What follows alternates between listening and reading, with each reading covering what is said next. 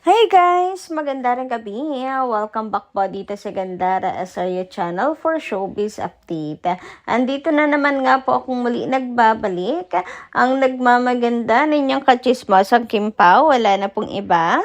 Ang lokareta si Gandara SRU upang maghatid sa inyo ng latest update and fresh happenings patungkol kina Kim Chiu and Paula Avellino. And para nga po sa gabing ito, ang tatalakayin naman natin at pag-uusapan ay may kinalaman dito sa muling pagpaparamdam ng Kim Pao at syempre muling pag-iiyakan ng mga bashers. Grabe, simpleng ano lang yun jogging ng Kim Pao pero daming umiiyak.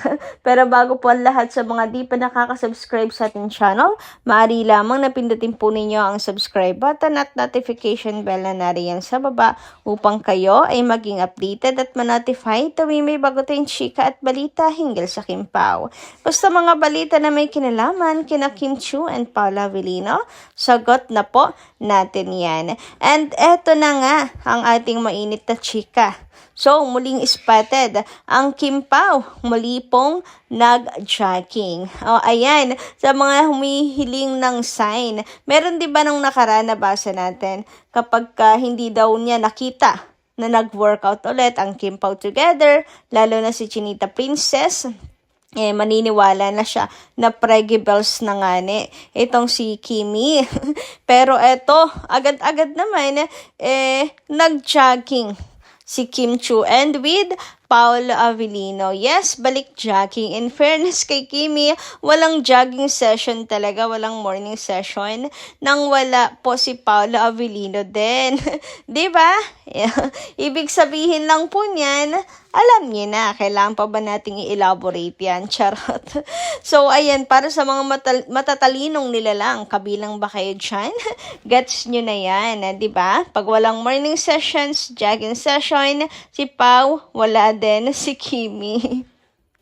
Anyway, dahil nga po sa balik jogging na muli, ang Kim Pao, mukhang maayos na po ulit, magaling na talaga ang balikat ni Papi Paulo. Ayan, mukhang mayroon na pong advice ng doktor or ang tawag doon, meron na pong consent ng doktor na pwede na siyang magbanat ng buto. Huy, magbanat talaga ng buto. Jogging lang naman. Pero, syempre, di ba, mangalay pa din yun sa braso. So, ayan. And, naniniwala din ba kayo sa binat? Ganyan. So, ayan. For sure, meron kasi marami po tayong mga seniors dito.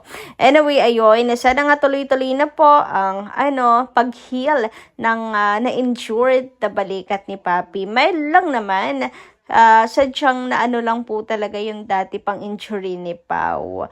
So, ayan, sana hindi na po ulit maulit. Nako, Papi, masyado ka dedicated kasi sa trabaho mo. Ingat na ulit sa sunod. Huwag hataw ng hataw. Anyway, dumako naman tayo dito sa pag-iiyak ng mga bashers. Sabi nga dito, dami na namang mga bashers na naiyak. Jogging pa lang yang nakikita nyo. Ngaw-ngaw na kayo. How much more kung makita nyo pa kung gaano ka-sweet yung dalawa sa araw na ginawa ng Joshua. Hoy, gets ko kagad yun Huwag kayo. Baka magkaubusan ng lubid sa Ake Hardware at sa DIY.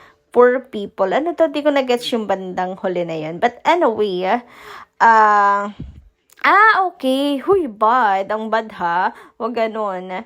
Pero ayun, nag-iingay na naman nga ang mga bashers ng Kim Pao.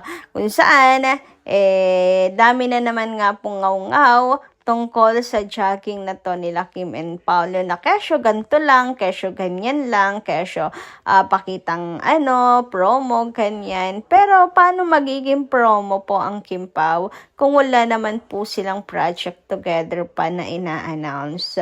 Diba? Sabi nga po rito, O bakit nagja-jogging pa sila together, wala na silang project together? Sagot, mga bashers. So ayan, sa mga nagngangaw-ngaw, paki-explain.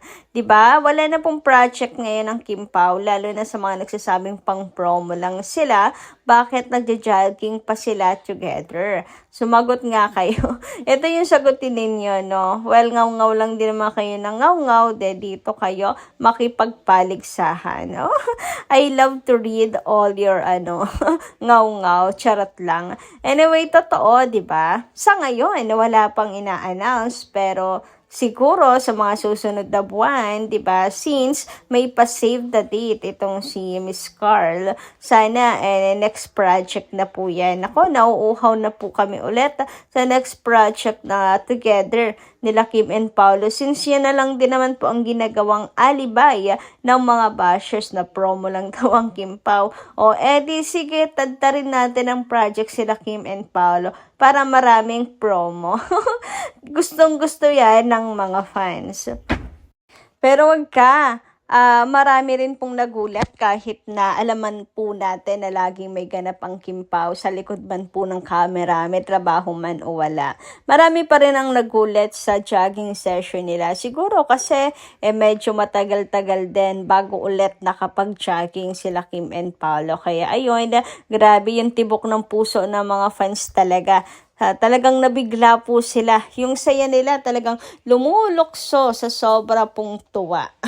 Grabe, nakakamiss po ulit na makita ang banding na to ng Kim Pao, and hoping na weekly ay may paayuda na sila. Anyway, dumako naman tayo dito sa comment ni Ma'am Helen Santos. Sabi niya, sana nga tuloy-tuloy na ang kasalan Kim and Paolo. Mayayanig ang buong mundo. Ayan, sa bibig na rin ng dalawa na talagang totoo ng lahat ang mga haka ng mga tao. Tama lang ginawa nila Kim and Paolo sa tagal na nilang dalawa. Sa amin lang mga tagahanga, matagal na kami na gusto na namin na sila ay makasal. Nabiski ang dami nilang basher, hindi sila nagpapadala sa mga sira-sira na mga bashers. Biski patong-patong ng lahat ang mga intriga, ang mga pinapalabas nila. Hindi sila nagtagumpay sa mga sinasabi ng mga bashers. Kaya, tayong mga fans, mga Kim Pao, hindi din nagpapadala sa mga pinapalabas nila, mga sira kina Kim and Paolo. Tapos na ang laban. Tayo ang mga tagumpay. Kaya forever tayong lahat na mga tagahanga nila. So ayan, ibig sabihin ni Ma'am Helen Santos, after all the bashings and all, nasa atin ang huling halakhak. 'Di ba?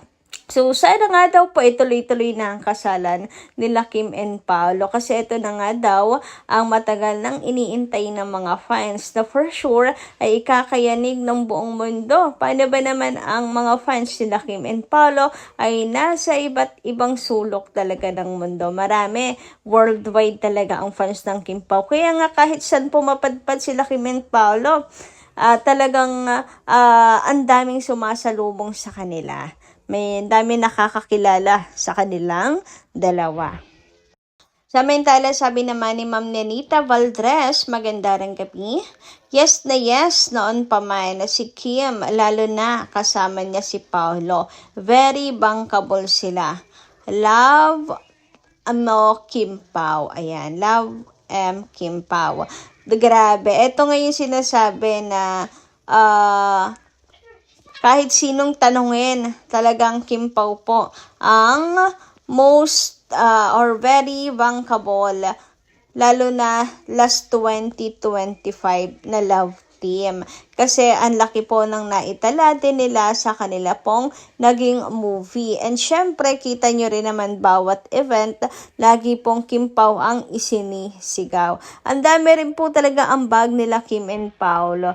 Yung tipong kahit hindi nila sariling event. Pero, yung mga tao, mas marami ang dumadalo na Kim Pao fans. Sabi nga nila Ray Pumaloy, like yung sa Christmas special, grabe, naniniwala sila na ang dami pong ambag ng Kim Pao. Sa Christmas special ba yun? Or, ay, ASAP ata. Parang sa ASAP na karamihan talaga ay Kim Pao fans na nandoon. Sabi naman ni Ma'am Norma Daya Gandara, good AM. Hopefully, si Marting Machika ay hinto na sa kakabash sa idol namin. Like Ogie Diaz, ang laki na bunganga niya na nagsabi na hindi totoong mahal ni Paolo si Kimi at si Kimi lang sobra ang pagmamahal niya kay Pao. How about your alaga J9? Di ba siya malandi?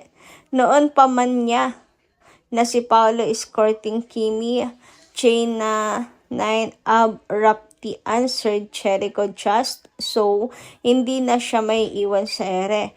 What a shame. Talagang M siya. Ngayong mga bashers, kainin nyo ang baho nyo at baho ng idol nyo.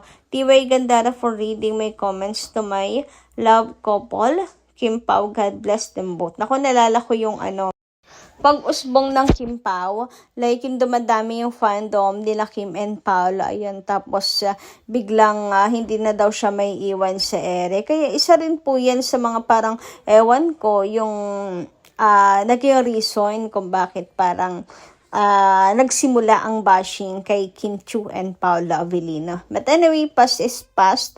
Masaya naman na po sila sa bawat isa. Diba? Si Janine and Echo, they're happy together, and Kim Pao. So, hayaan na po natin sila. Huwag na lang po tayo magsabi ng kung ano-ano dahil ayaw ko rin naman na magmukhang toxic ang Kim Pao fans. For the sake of Kim and Paolo. Kasi at the end of the day, Kim Pao po ang maapektuhan. Buti sana kung tayo. Kaso hindi. Ang mahe-headline po dyan ay si Kim and Paolo. So, therefore, sila po yung higit na maaapektuhan. Gusto nyo ba yon? Anyway, let's start the 2026 good vibes and good, good aura. So, yun lang po muna ang ating update. Maraming salamat po sa inyong pakikinig. Kita-kits po muli sa susunod nating chika. Maraming pong salamat.